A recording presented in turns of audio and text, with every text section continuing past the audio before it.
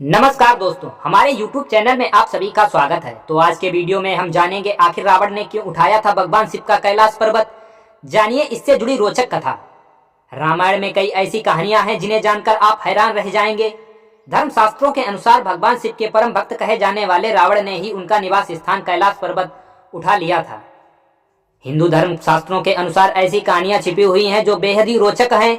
सभी जानते हैं कि रावण असुर अहंकारी अभिमानी था और उसने माता सीता का हरण कर बहुत बड़ा पाप किया था, जिसके फलस्वरूप भगवान राम ने उसका वध कर दिया। लेकिन धर्मशास्त्रों के अनुसार रावण बहुत ही ज्ञानी पंडित, महान आचार्य, सर्व वेद का ज्ञाता था और भगवान शिव का परम भक्त होने के साथ साथ बहुत ही अच्छा विद्वान भी था। लेकिन उसे अपने ज्ञान पर बहुत अधिक अभिमान हो जाने के कारण वह मारा गया। इतिहास गवाह है, जिसे भी अपने ज्ञान पर अधिक अभिमान हो जाता है वह अधिक समय तक नहीं टिक पाता है।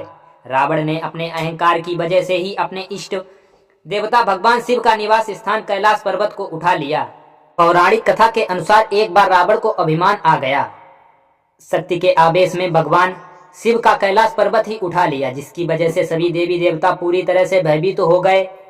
कहानी के अनुसार जब रावण ने भगवान शिव को प्रसन्न करने के लिए, मनचाहा वर मांगने के लिए, तपस्या के लिए वह कैलाश पर्वत पर जाकर तपस्या में लीन हुआ, लेकिन घोर तपस्या के बाद भी भगवान शिव प्रसन्न नहीं हुए।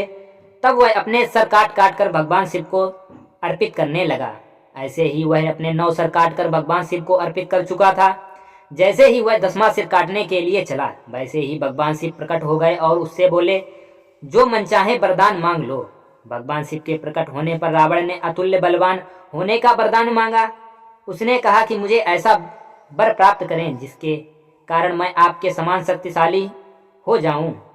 तो भगवान शिव ने ऐसा ही आशीर्वाद उसे दे दिया और भगवान शंकर ने अपने ऊपर जितने भी शीश अर्पित थे उन सबको वापस कर दिया। भगवान शिव की तपस्या से प्रसन्न होकर ये वरदान पाकर वह बहुत ही खुश था। लेकिन रावण को मिले इन वरदान के बाद देवी देवता, ऋषि मुनि की चिंताएं बढ़ने लगीं। उन्हें नारद मुनि से इस तपस्या का समाधान पूछा। तब नारद मुनि ने इस तपस्या समाधान निकाला और तुरंत वह रावण के पास पहुंच गए। रावण अपने बल के अहंकार में इतना डूबा हुआ था कि उसे यही नहीं पता था कि क्या सही है और क्या गलत है। ऐसे में नारद मुनि ने रावण के सम्मुख आए और बोले, हे लंकापति, आपकी खुशी बता रही है कि आप कोई मनोवांछित वर प्राप्त कर चुके हैं। रावण ने गर्व से कहा कि हाँ देवर्षि, आज मैं बहुत प्रसन्न हूँ, क्योंकि मुझे स्वयं भगवान शिव ने अपने अतुल्य बल का वरदान दिया है। यह सुनकर नारद मुनि ने रावण की बुद्धि को भ्रमित करते हुए कहा कि हे राक्षस राज, आप इतने बुद्धिमान होते हुए भी ऐसे भगवान की बात में आ गए जो हमेशा भांग के नशे में रहते हैं, और उन्होंने जो वर दिया है वह सत्य मान लिया।